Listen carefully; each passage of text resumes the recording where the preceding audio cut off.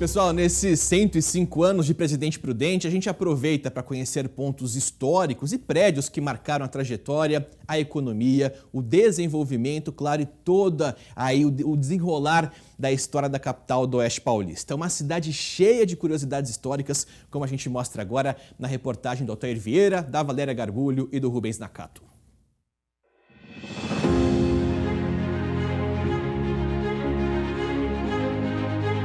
Abraçada pelo desenvolvimento, a antiga estação ferroviária de Prudente foi porta de entrada para as pessoas que chegavam no início do século XX em busca de trabalho. O prédio, da década de 1930, teve as características arquitetônicas preservadas ao longo do tempo, hoje usado pela prefeitura. Relembra também a era de ouro dos trens, que rasgaram a região, abrindo caminho para a criação de vários municípios. Dos trilhos da antiga estrada de ferro Sorocabana, a história persiste com a demarcação da primeira Avenida Prudentina, a Washington Luiz. Neste trecho, a pavimentação foi mantida com os paralelepípedos e o bebedouro, que servia aos cavalos, ficou como símbolo de uma época. É daqui o nosso ponto de partida para homenagear os 105 anos de Presidente Prudente, que além de ter se tornado a capital do Oeste Paulista, é uma cidade cheia de curiosidades históricas. A arquitetura é uma delas. O cenário urbano se transformou para acompanhar o crescimento da cidade. E a arquitetura é dividida, segundo especialistas, em grandes estruturas que marcaram uma era e a grande maioria de edificações mais simples, mas que tem todo o seu charme, como as casas de trabalhadores na Vila Marcondes. Você tem uma arquitetura mais singela, mas com elementos da Europa, né? Porque vieram os imigrantes europeus para cá. Não só, né? Há uma diversidade muito grande e de certa forma, há uma arquitetura que lembra um pouco seus países de origem. Lá do leste da cidade, a Vila Marcondes foi e ainda é lar de quem veio para ficar. O primeiro vilarejo mantém aspectos de cidade pequena. O Toninho é prova disso. O prédio da década de 1940, onde fica a oficina de eletrodomésticos, mantém a mesma fachada e o interior, assim como tantos outros na mesma rua que remetem ao passado. Nós temos que preservar, você vê esse prédio onde nós estamos aqui, isso é uma arquitetura antiga, mas belíssima. Bem poucas existem aqui na região. E na Vila Marcondes ainda existem algumas. Na casa da família Cerávolo, fragmentos típicos da década de 1930, quando foi construída. Naquela época, era comum estampar o ano em que o imóvel foi erguido. Para os padrões do passado, um casarão de quem tinha poder. E até nos dias atuais, ela impõe grandeza. A dona Hélia Cerávolo, com 104 anos, lembra com clareza de muitos episódios de quando ainda era jovem. Chegou à cidade com 9 anos de idade e nunca mais saiu. Ganhou até título de cidadã prudentina. Eles faziam teatro na rádio, era a rádio, né? Isso. Então foram entrevistar papai e tudo.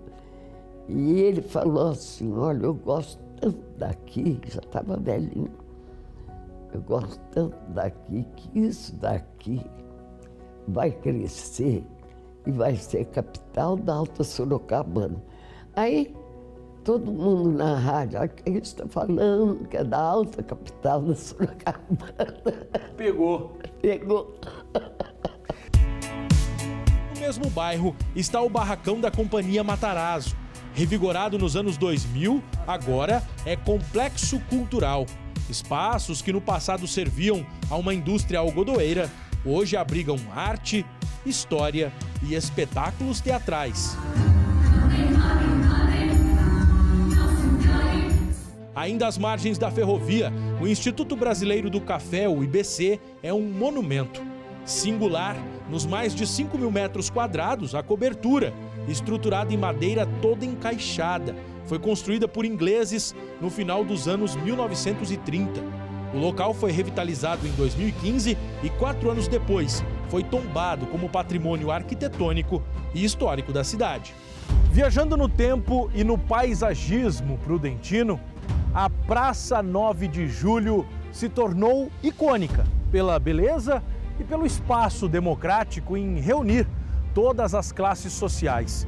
No coração da região central, além de ponto de encontro entre gerações, foi e ainda é passagem para o comércio e outros estabelecimentos que ajudaram a escrever a história. Como este edifício, onde funcionava o Bar Cruzeiro do Sul. Parada obrigatória dos políticos, era conhecido como Senadinho. Hoje, as fachadas das lojas escondem o visual antigo dos prédios, mas eles ainda permanecem ali com os traços originais. Se você andar pelo centro de Presidente Prudente e olhar para cima, porque a gente passa tão correndo ali na Barão, tão correndo ali no Calçadão e acaba não olhando para cima. E ali estão os grandes prédios, né? Bar Cruzeiro do Sul, os primeiros cinemas, eles ainda estão ali, a arquitetura ainda está ali preservada, mas as pessoas ainda não conseguem enxergar. É só dar uma olhadinha, né, para cima que você vai ver esses prédios lá. Do outro lado da cidade, o ponto mais distante a oeste era o Matadouro Municipal. Também estampa o ano em que foi instalado. O modelo do prédio que chama a atenção numa das rotatórias mais movimentadas de Prudente ficou mantido. Foi tombado e revitalizado. Agora é o Museu Municipal. Nós estamos no local que é o guardião da história da cidade, né? Que guarda a memória, a história daqueles que chegaram e o desenvolvimento e o progresso da cidade estão guardados aqui, né? E ele foi construído estrategicamente aqui não só pela questão da distância do núcleo urbano, mas sim pela passagem da estrada boiadeira. Dos bois que vinham das fazendas de Epitácio, Venceslau, que passavam por aqui, ficavam aqui para ganhar peso e depois continuavam o trajeto até São Paulo. Entre ruas, avenidas, prédios novos e antigos, são ainda muitos outros parques, casas, empresas que tornaram Prudente a cidade que é.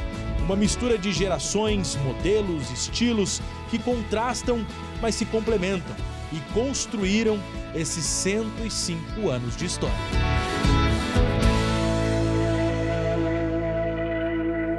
Muito legal, pude ter o prazer, o privilégio de morar em Prudente durante quase 3 anos da minha vida. Conheço muitos desses locais que o Nakato mostrou pra gente e é sempre muito bacana. O povo prudentino é um povo muito acolhedor e com certeza esses 105 anos são de uma história belíssima.